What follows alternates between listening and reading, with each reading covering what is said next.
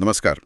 आज हम एवरब्लिंक health care द्वारा उपलब्ध कराए गए स्रोतों के आधार पर एक बहुत ही महत्वपूर्ण विषय पर बात कर रहे हैं। अंतर्राष्ट्रीय स्वास्थ्य विनियम या इंटरनेशनल हेल्थ रेगुलेशंस, मतलब IHR। ये वो नियम हैं जो तय करते हैं कि जब कोई बीमारी, आप जानते हैं, देशों की सीमाएं लांघती है तो पूरी दुनिया मिलकर कैसे प्रतिक्रिया देगी। हाँ, बिल्कुल। कोविड ने तो हमें सिखाई दिया कि बीमारियों को कोई पासपोर्ट या वीजा नहीं चाहिए होता, वो कहीं भी जा सकती हैं।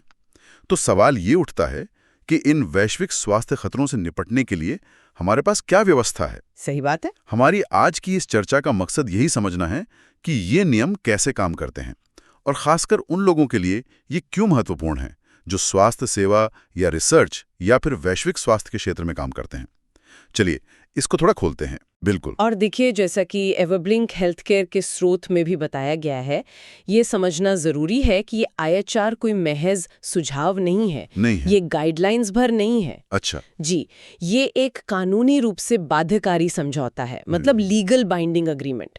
और इसमें 196 देश शामिल हैं, जिनमें WHO के सभी सदस्य देश आते हैं। ओह, 196 देश। हाँ, ये नियम असल में तो 1969 में बने थे, लेकिन फिर 2005 में इनमें काफी बड़े बदलाव किए गए, सार्स जैसे अनुभवों के बाद। हाँ, वो दौर याद है। तो इनके कुछ मुख्य उद्देश्य हैं।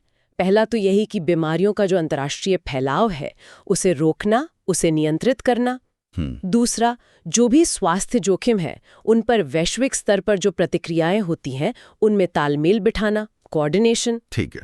तीसरा, देशों के बीच जो जरूरी स्वास्थ्य जानकारी है, उसका तेजी से और पारदर्शी तरीके से आदान प्रदान हो। और चौथा, जो अक्सर शायद उतना ध्यान नहीं जाता, वो है कि आपात स्थिति में मानवाधिकारों की भी रक्षा हो। ये दिलचस्प है कि ये नियम सिर्फ मतलब पॉलिसी बनाने वालों के लिए नहीं है। एवरब्लिंक हेल्थ केयर के दस्तावेज में जैसा इशारा है, इनका सीधा असर उन पर पड़ता है जो जमीन पर काम कर रहे हैं, डॉक्टर, नर्स, शोधकर्ता। हाँ, बिल्कुल। कुछ मुख्य बातें हैं शायद जिन पर ध्यान देना जरूरी है, जैसे अधिसूचनीय घटनाएं। ये क्या है? हाँ, नोटिफाइबल इवेंट्स।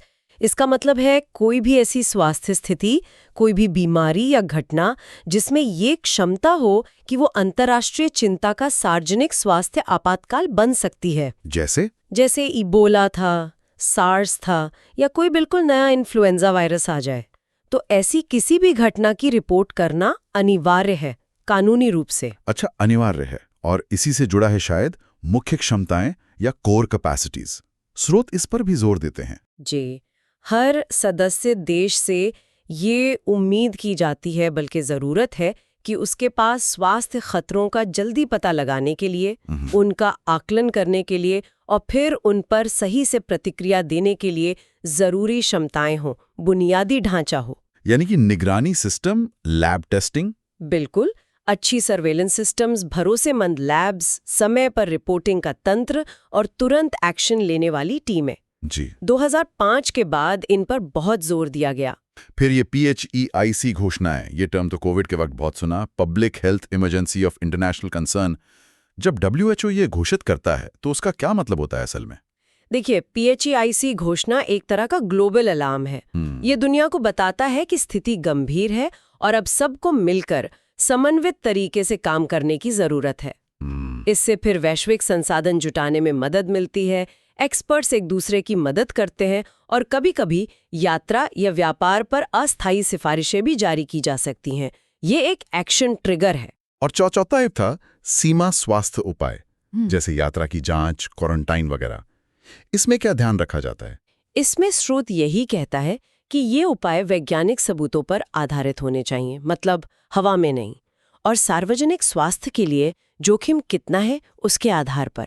साथ ही ये भी ध्यान रखना है कि इनसे बेवजह अंतर्राष्ट्रीय यातायात या व्यापार में रुकावट न आए और लोगों के मानवाधिकारों का सम्मान हो। ये संतुलन साधना मुश्किल होता है। हाँ, ये तो है। वुहान 2019 का उदाहरण शायद इसे समझने में मदद करे। जब वो निमोनिया के मामले आए थे तो IHR के तहत चीन की जिम्मेदारी थी कि वो 24 घंटे में WHO को बताए। जी। अब इस पर बहस तो हुई कि कितनी जल्दी बताया, कितना खुलकर बताया, लेकिन सिद्धांत तो यही था और शायद इसी शुरुआती जानकारी से दुनिया भर में अलर्ट जारी हुआ। हाँ, सैद्धांतिक रूप से तो यही प्रक्रिया है और यहीं पर बात आती है कि ये नियम जमीनी स्तर पर कैसे असर डालते हैं। सोचिए किसी दूर दराज के क्लिनिक में कोई डॉक्टर या नर्स है, वो किसी अजीब से पैटर्न को देखते हैं। उन्हें पता होना चाहिए कि इसे ऊपर कैसे रिपोर्ट करना है ताकि वो जानकारी सही चैनल से WHO तक पहुंच सके। कोई रिसर्चर है, उनका डेटा किसी नए वायरस के खतरे को समझने में मदद कर सकता है। जो पब्लिक हेल्थ टीम है, उन्हें अपनी तैयारी IHR के हिसाब से रखनी होती है। जैसा एवरब्लिंक हेल्थ केयर के स्रोत में भी जिक्र है, ये पूरी चेन आपस में जुड़ी हुई है। हाँ, पर सुनने में जितना सीधा लगता है, इसे लागू करना उतना आसान तो नहीं होगा। चुनौतियां तो होंगी। बिल्कुल है, बहुत चुनौतियां हैं। देखिए, हर देश की क्षमताएं एक जैसी नहीं है। कहीं निगरानी बहुत अच्छी है, कहीं कमजोर। फिर राजनीतिक इच्छा शक्ति की बात आ जाती है। कई बार देश जानकारी देने में हिचकिचाते हैं या देर कर देते हैं। आर्थिक चिंताएं भी होंगी। हाँ, और स्वास्थ्य सुरक्षा को व्यापार और यात्रा की जरूरतों के साथ संतुलित करना, ये हमेशा से एक मुश्किल काम रहा है। कोविड ने इन सब चुनौतियों को और साफ कर दिया। लेकिन इन अनुभवों से, जैसा स्रोत में भी कहा गया है, कुछ सबक तो मिलते हैं। सबसे पहला कि समय पर और पारदर्शी रिपोर्टिंग कितनी जरूरी है, ये सबके हित में है। और ये भी कि जो कम संसाधन वाले क्षेत्र हैं, वहां स्वास्थ्य व्यवस्था को मजबूत करना सिर्फ उनकी भलाई के लिए नहीं, बल्कि पूरी दुनिया की सुरक्षा के लिए जरूरी है। वायरस तो सीमाएं नहीं पहचानते। बिल्कुल, एक दूसरे पर दोष मढ़ने या अलग थलग पड़ने की बजाय मिलजुल कर काम करना, जानकारी साझा करना, यही ज्यादा कारगर है। और एक और अहम बात, ये नियम कोई पत्थर की लकीर नहीं है। जैसे जैसे नए स्वास्थ्य खतरे आएंगे, इस ढांचे को भी विकसित होना होगा, मजबूत होना होगा। सही कहा। तो संक्षेप में कहें, और एवरब्लिंक हेल्थ केयर के स्रोत का भी यही निचोड़ है कि अंतर्राष्ट्रीय स्वास्थ्य सुरक्षा सबकी साझा जिम्मेदारी है। जब स्थानीय स्तर पर निगरानी मजबूत होती है, रिपोर्टिंग पारदर्शी होती है, तो उससे न सिर्फ वो समुदाय सुरक्षित रहता है, बल्कि पूरी दुनिया को सुरक्षा मिलती है। अगला बड़ा खतरा कहीं से भी शुरू हो सकता है, कभी भी। वो बस एक स्थानीय घटना रहता है या एक वैश्विक संकट बन जाता है, ये बहुत कुछ इस पे निर्भर करेगा कि हम शुरुआत में कितनी तेजी, कितनी पारदर्शिता और कितने सहयोग से काम लेते हैं। और यहीं पर हम श्रोताओं के लिए एक सवाल छोड़ जाते हैं। नियम तो अपनी जगह है, ढांचा भी है, लेकिन भविष्य की महामारियों को असरदार तरीके से रोकने के लिए अलग अलग देशों और समुदायों के बीच ज़मीनी स्तर पर असली सहयोग और भरोसा कैसे मजबूत किया जाए, खासकर तब जब देशों के अपने हित भी बीच में आते हों। ये एक लगातार सोचने वाला सवाल है।